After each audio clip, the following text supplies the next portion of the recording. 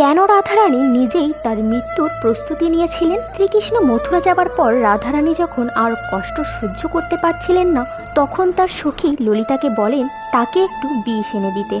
তখন ললিতা সখী বলেন বিষের প্রভাব তার উপর পড়বে না, কেননা সে আগে থেকে কৃষ্ণকে দেখে তাকে স্পর্শ করে এবং তার এঁটো খেয়ে মাথা থেকে পাও পর্যন্ত কৃষ্ণরূপী অমৃতই পরিপূর্ণ হয়ে গিয়েছে।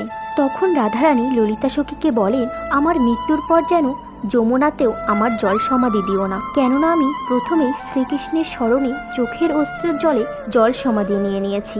আর অগ্নিতেও দিও না, কেননা আমি প্রথমেই শ্রীকৃষ্ণের থেকে দূরে থেকে ভয়ঙ্কর অগ্নিতে আছি। এই কারণে আমার এই শরীর অগ্নিও কিছু করতে পারবে না।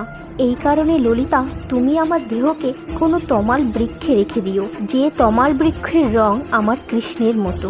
আর যখন কৃষ্ণ ফিরে আসবে তখন অন্তত আমার দেহটা তো দেখতে পাবে।